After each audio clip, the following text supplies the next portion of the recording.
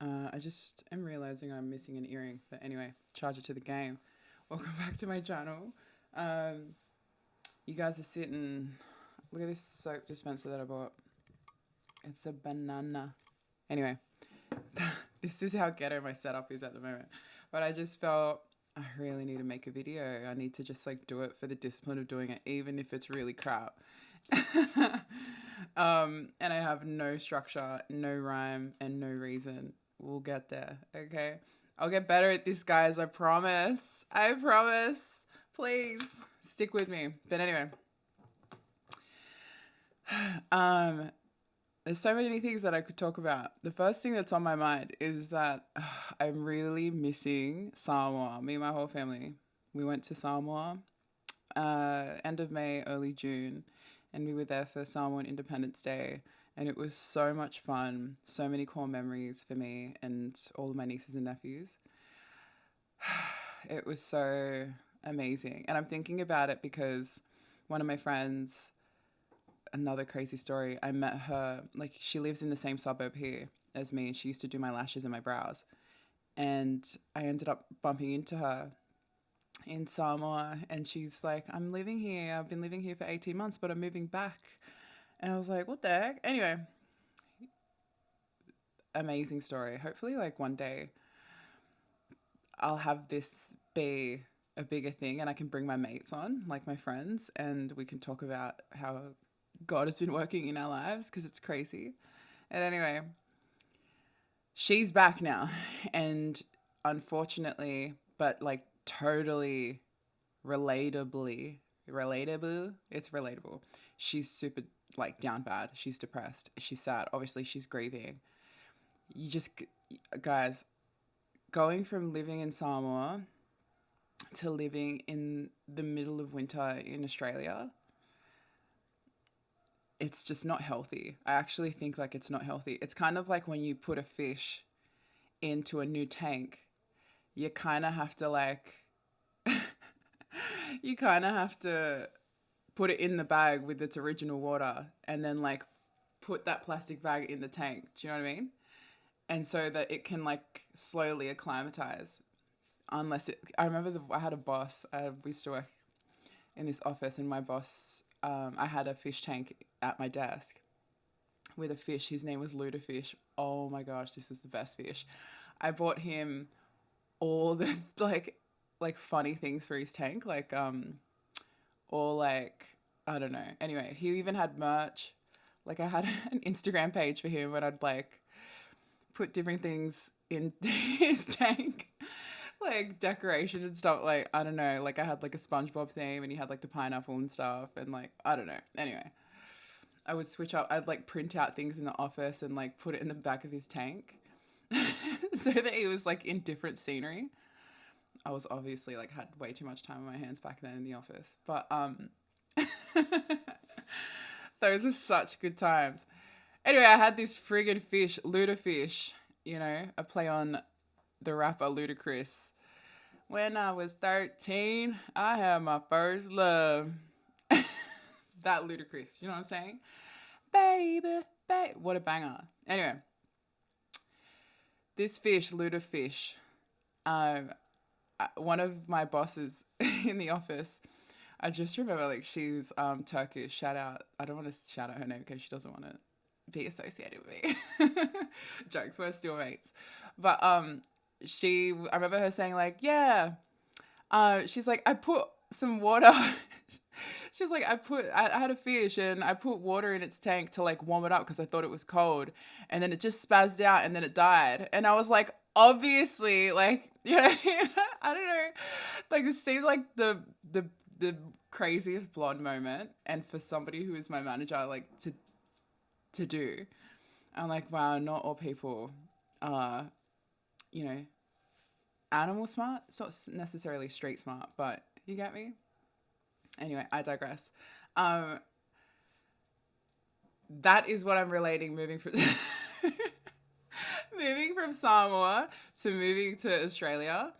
You're gonna spaz out, babe. Like you're gonna spaz out. It's only natural. Samoa is literally, especially like being Samoan, it's a there's such a crazy pride. It's so peaceful. I don't know, like, obviously everyone's got a different circumstance financially, getting around, like how you experience the island has a lot to do with it, and who you're with has a lot to do with it. But how I experienced the island was unreal. Glory be to God. How, like, my family, oh my goodness, like how I experienced the trip and seeing my family after years. Like, I hadn't seen them since I was a teenager. So now I'm 31, and being able to just have different relationships with my family members there, and then also just be there in my walk with God was so weird and so crazy. Like, everything about, like, leading up to the trip.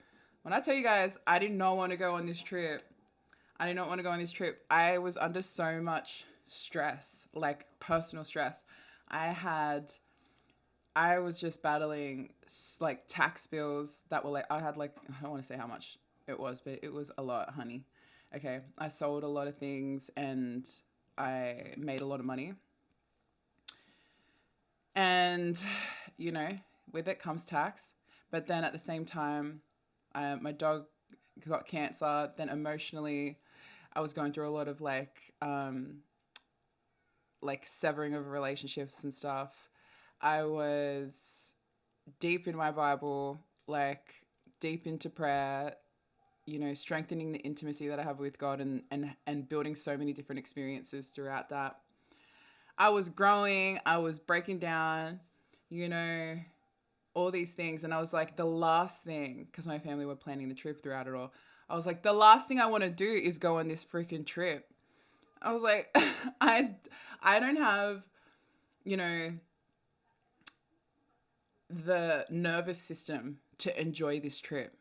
Like, straight up. I can't relax. Like this, I need to focus on my responsibilities here in Sydney. I can't just up and leave and go on this trip. Like, you guys need to pipe down, chill out.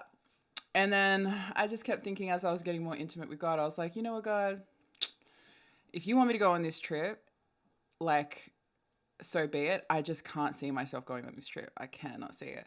Then am I gonna get real freaky godly up in here? Real freaky Jesus freak up in here? I think I am. Anyway, so when I tell you that was my mindset, I did not want to go to Samoa. There was no way. I was like I was in financial disarray. You know what I'm saying? I was in an emotional state where I was like, I don't want to escape what I'm processing emotionally through my life with all these different things that I was going through. And I was like, I was doing bodybuilding, like I am doing bodybuilding, so I'm bodybuilding training, and I was just like, I have a routine that I feel so safe in. I'm not going anywhere, babe. I'm staying put in Australia where I'm safe. You know what I'm saying? So I'm like, but God, if for some reason you want me to go, like, that's fine. I'll obviously go. But if it's your will, it's your bill. I am not in a position to pay for a friggin' full holiday in Samoa. You know what I mean? And my family, they're not doing like stays with my family and whatever. They're staying at the most amazing hotels, the most expensive hotels. But they've planned for it like a year in advance. So, because it's them and all the kids and whoever the world, they want to give people notice. So my family have been out here. They've been talking about it. They've been, why aren't you coming? Why aren't you coming? My friggin' sister's getting all her kids to bully me. Why are you coming to Samoa? Why are you coming to Samoa? That's okay. Why are you coming to Samoa? I'm like, pipe down, babes. Let me tell you about the bills I got. You know what I mean? Let me tell you about my dog who's got cancer and I don't know how long he has to live. That was another thing. My dog got cancer. They told me he had 2 to 4 months. So that was also just one thing out of so many things that was happening.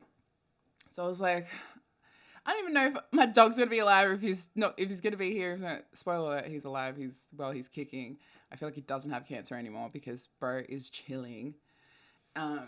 He's doing so much better. Shout out to dogs. We'll get into that maybe another time. But anyway, he's over there. He's doing amazing. Oh, this dog. Anyway, so this is my mindset, and this is probably December and January. I'm in the thick of it. Okay, I just sticking to my routine. This is what I love about bodybuilding as well.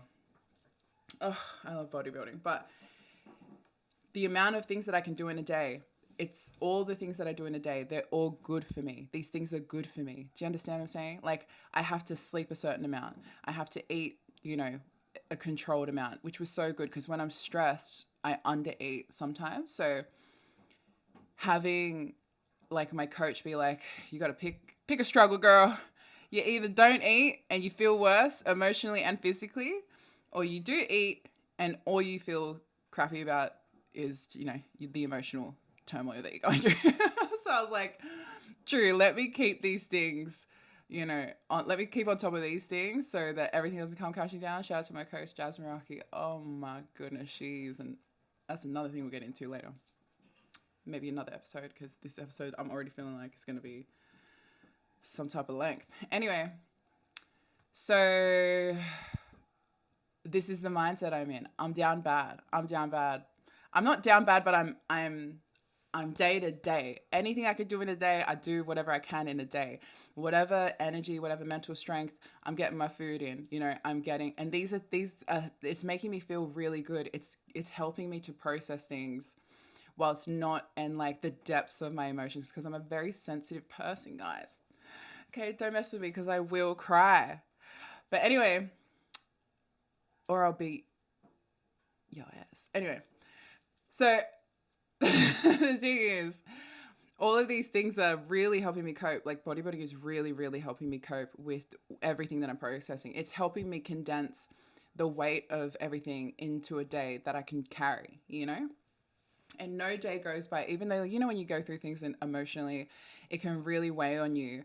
And sometimes it just makes you feel like you didn't do anything that day, or maybe you literally didn't do anything that day. Well, like that was not something that I had to worry about because I was doing and checking off all of these things because I had my coach, check-ins every single week. She was going to see if I was or wasn't.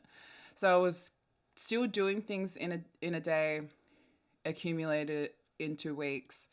I was chipping away, you know what I mean? So I was like, oh, thank God for bodybuilding, keeping me on my toes, but not like keeping me outside of other things. It's just keeping me present in the day. You know what I mean? I'm sure you guys get it. You get it, right? You get it. So this is the mindset. I'm like, I need to stay put. It's the sensible thing to do. I'm going through all these things. Who's going to run off to, Samoa? As beautiful as it would be, it don't seem like the wise thing to do. And my heart wasn't in it. My mind wasn't in it. My heart wasn't in it probably because my mind wasn't in it. I was just trying to control what I could control. I didn't want no problems. I wanted peace. Even if it meant denying, you know what I mean? The beautiful island. I just wanted peace. I didn't want anybody else to like, just go away. Stop offering me other things. All right. I don't care about what the hotel looks like, the beachfront, the water, the freaking breakfast buffet. I don't care. I don't want it. I just want to do my freaking thing at home. Okay. I want my peace. I want to know what's going to happen the next day. But the funny thing is, because I was in such emotional turmoil, I was really talking to God. And I was like, what is the point of all of this? Like, I need strength. I need courage. You know what I mean? And one thing about God, it's like, if you pray for patience, do you really think God's going to give you patience? Like, here you go. Wave my magic wand. Here's patience. Or do you think he would give you the circumstance for you to, practice the opportunity to be patient? There we go. Will he give you patience, or would he give you the opportunity to be patient? This is what I'm going through. It's like, would he give me courage? Wave the magic wand. Here's courage. It's in your heart now. Or would he give you the opportunity to be courageous at the level that you're at the level that you can handle? And this is what I realized in hindsight was happening to me and my poor little heart. I think my heart through the beginning of the year, it was just, I was in control of everything. And I was just thinking like, oh my days, like I I want you to be in control, God. I want you to be in control of my life. And I'm trying to be a good steward of, my finances and, relationships. And I'm doing things your way. Like, please, just whatever happens, happens. You do it. Next minute, I start having dreams. One thing about God, I know this is like real freaky deaky if you like aren't, if this is your first exposure to me talking about like how God speaks to me in dreams and this and that. But just entertain it for now, okay? I don't care if you believe it, but you can be a witness to my life and, the things that I'm saying, whether they're true or whether they're not, it's whatever. It's what I say. You can be a witness to it. Trust your gut. I'm not trying to sell you anything. I just want you to be a witness to, these things that I'm saying and how my life is panning out. Not necessarily so that it rubs off on you in any way, but it's cool to have an honest witness in people. So that's the posture that I'm telling you this story in, okay? So you understand my mindset. I'm not trying to go anywhere. I'm not trying to travel. Then I have this dream where I see myself, I'm looking at myself across like the street around my house, and I see myself like open an umbrella. And I open an umbrella, but it's like not raining. And I remember thinking to myself, why am I preparing for rain? There's no rain. Like, but I've just got my umbrella out. I was like, I must know that I must think something's happening. Like, I'm just looking at myself from a distance. All of a sudden, I get swept up. Like this wind, this force, like sweeps me up into the sky from the street. And I start looking at my house. Like I'm in the sky looking at my house and I'm being like pulled back. I'm looking at my house on the ground and I'm like, oh my gosh, I'm really flying. I don't remember what I was thinking, but I was thinking like, I'm going. As I'm getting swept up, I look up into the sky and I see like, it was dark. It was like nighttime, but I see a pocket in the sky. And in that pocket in the sky, I see the universe, like galaxies, stars, just quintessential universal vibes in this little like window of clouds in the hot. And I'm like going up towards it. And I'm like, whoa, what the heck is this? I'm looking at my house. I'm looking at the thing and I'm like, oh my God, I'm like such a far away from home. And I hear this voice say, don't worry, I will bring you back home. I'm like, okay. So I look back up to the sky and I'm like, whoa. One thing about me, I love sunsets. Okay, I love sunsets. If there was a show called like Sunset Catchers or something, I would be the host and I would find the most amazing sunsets. There's nothing like a sunset, sunrise, like different cloud formations, different colors, everything. There's this dog park that I go to. Oh, people think I'd be good, like, oh my God, you're such a good dog owner, blah, blah, blah. I'm going there for the sunset. The fact that it's at a dog park is just a bonus because my boy gets to run around. But the sunsets at this park are insane. Anyway, I'm looking at the clouds and I'm like, it's giving the same vibe as like me fangirling over a sunset. And I'm like, oh my God, look at this sunset. Like, look at this, what galaxy, sorry. Look at that, I'm like, that's so crazy. That's so amazing. Wow. And then, before I realize that, I look back down and I'm looking at the earth. I'm so far away. I'm not just seeing my house. I'm seeing the world and it's spinning. And I hear the voice and it says like, pick a place, like pick any place on the earth. And I'm thinking, huh? It's like, pick a place, any place, like pick a place, and I'm just like, kind of like, I don't know where to pick. And I get so like, I don't work well under pressure, babes. Like, so, because of that, I'm just going to pick a random place. I pick a random place. Then I get dropped down into that place, like from the sky down, literally like I'm flying down into this place. And it's crazy. Looks kind of like Egypt. And there's like, it's like, I'm in like a museum and I'm looking around the museum and people are kind of looking at me like, this girl doesn't look like she's from here. Like, this is very random. And then I'm like, what the heck? I'm walking around like, oh my God, this is really cool. Like, this is really crazy. Like, what the hell am I? Like, this is wild. I remember, people like in the museum looking at me like I'm a bit, like I'm not supposed to be there. So I was like, this is crazy. Anyway, and then again, I get pulled up. I'm looking at the universe, The earth is spinning. The voice says again, pick a place, pick wherever you want. I'm like, okay. I like point at another place. Drop down. I'm in this market, and I'm like, it's this indoor market, and it's like, it's incredible. I remember looking at like homewares, like pots, like these big vases and these big pots. And I remember thinking like, oh my gosh, looking at the price, and it was like $8. And I remember thinking like, that's so cheap. Like, how is this so cheap? Like, where are we? And then, yeah, so I started having dreams like this where I would wake up and it was so vivid. And I remember waking up thinking like, God, like, what does this mean? What is this? What do you want me to do? What, like, do you know what I mean? I'm like, he started planting seeds in my heart so that I would feel things viscerally in these dreams. And it started to soften my heart to like experiencing what's possible. And I think even in hindsight, back in those dreams, I just realized that God wanted, like, could see that I was just constantly preparing for a storm in the umbrella thing.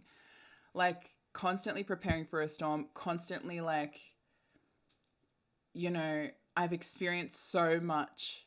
Oh, I'm getting emotional. But I've experienced so much, like, hardship that I am just constantly in preparation mode of like what's going to happen next kind of thing. And then he swept me up, you know, and then showed me the world. And I think it's so beautiful having experienced the trip to Samoa now, because that trip to Samoa, like, I can't even